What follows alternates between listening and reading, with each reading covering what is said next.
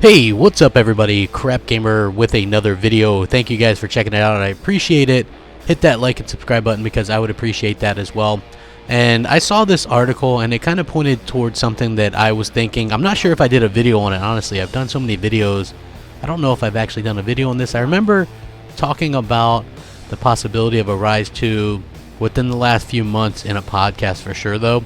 And the reason for that was because there was actually a Ryse 2 quote-unquote screenshot that leaked, and so I thought that it made a lot of sense from the perspective that Crytek is desperate for money and they haven't really done much in the last few years aside from some free-to-play stuff that kind of failed.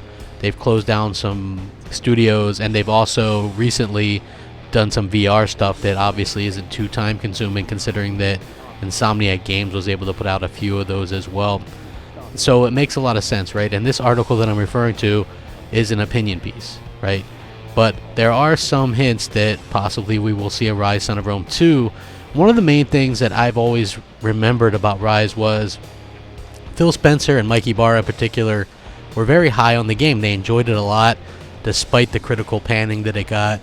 I think that it was a technical masterpiece. I believe they were utilizing a lot of the things like the tiled resources and things like that to make the game look as good as it did, and it still holds up as one of the best looking games this generation, hands down. Now, putting out a graphical game to showcase your console makes sense, right? They are going to put out obviously Ryse with the launch of the Xbox One, and Ryse 2 would fill that void nicely on Scorpio. Now I know what you're saying, Scorpio, Xbox One, they're going to play the same games, true, but as a graphical showpiece with 4K assets and all that kind of stuff on Scorpio would absolutely blow minds, and it would still look good on Xbox One as well. I'm 100% positive of that. But 4 years, we've had plenty of time. Microsoft really liked the IP. Crytek hasn't been doing much. Microsoft probably could have bought the IP or funded a game. I could see them swooping in and doing something like that. We have seen the screenshot. There's been rumblings here and there about a possibility of a sequel. Microsoft desperately needs a hack and slash type game. Again, I think Ryse was really good. It wasn't perfect by any means, but a lot of times the first game in a series isn't.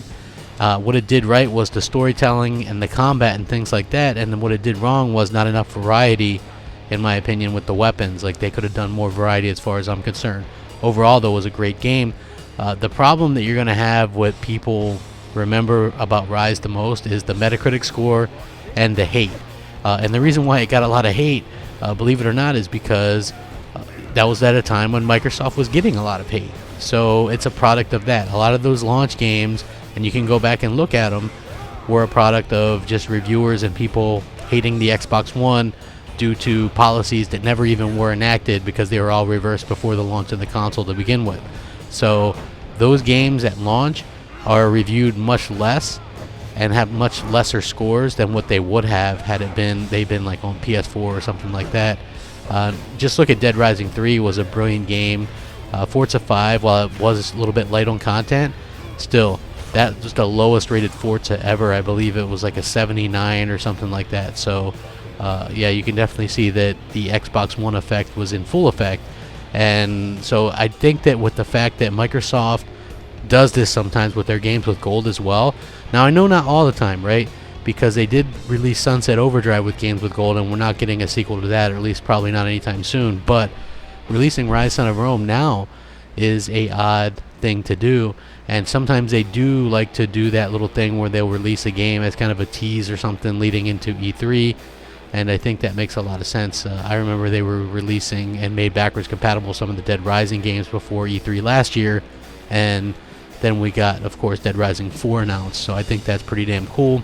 And here's hoping that we do get a Ryse Son of Rome 2. There has been some rumblings, like I said, nothing confirmed. Nobody's told me anything or anything like that, but it does make sense in my opinion, and I think that in a lot of people's opinion, they would like a second game to iron out some of the issues that they had with the first. I think it would be brilliant, and Microsoft could definitely use that genre in their portfolio.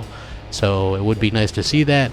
Let me know though, do you guys want to see a Ryse 2 showing off the Scorpio, amazing 4K graphics on Ryse 2? I think it'd be a great idea, and it's something that probably a lot of people haven't thought of thus far. So let me know. Sound off, comment, rate, subscribe, all that good stuff. It helps out the channel. Rack 'em up. Crapgamer out.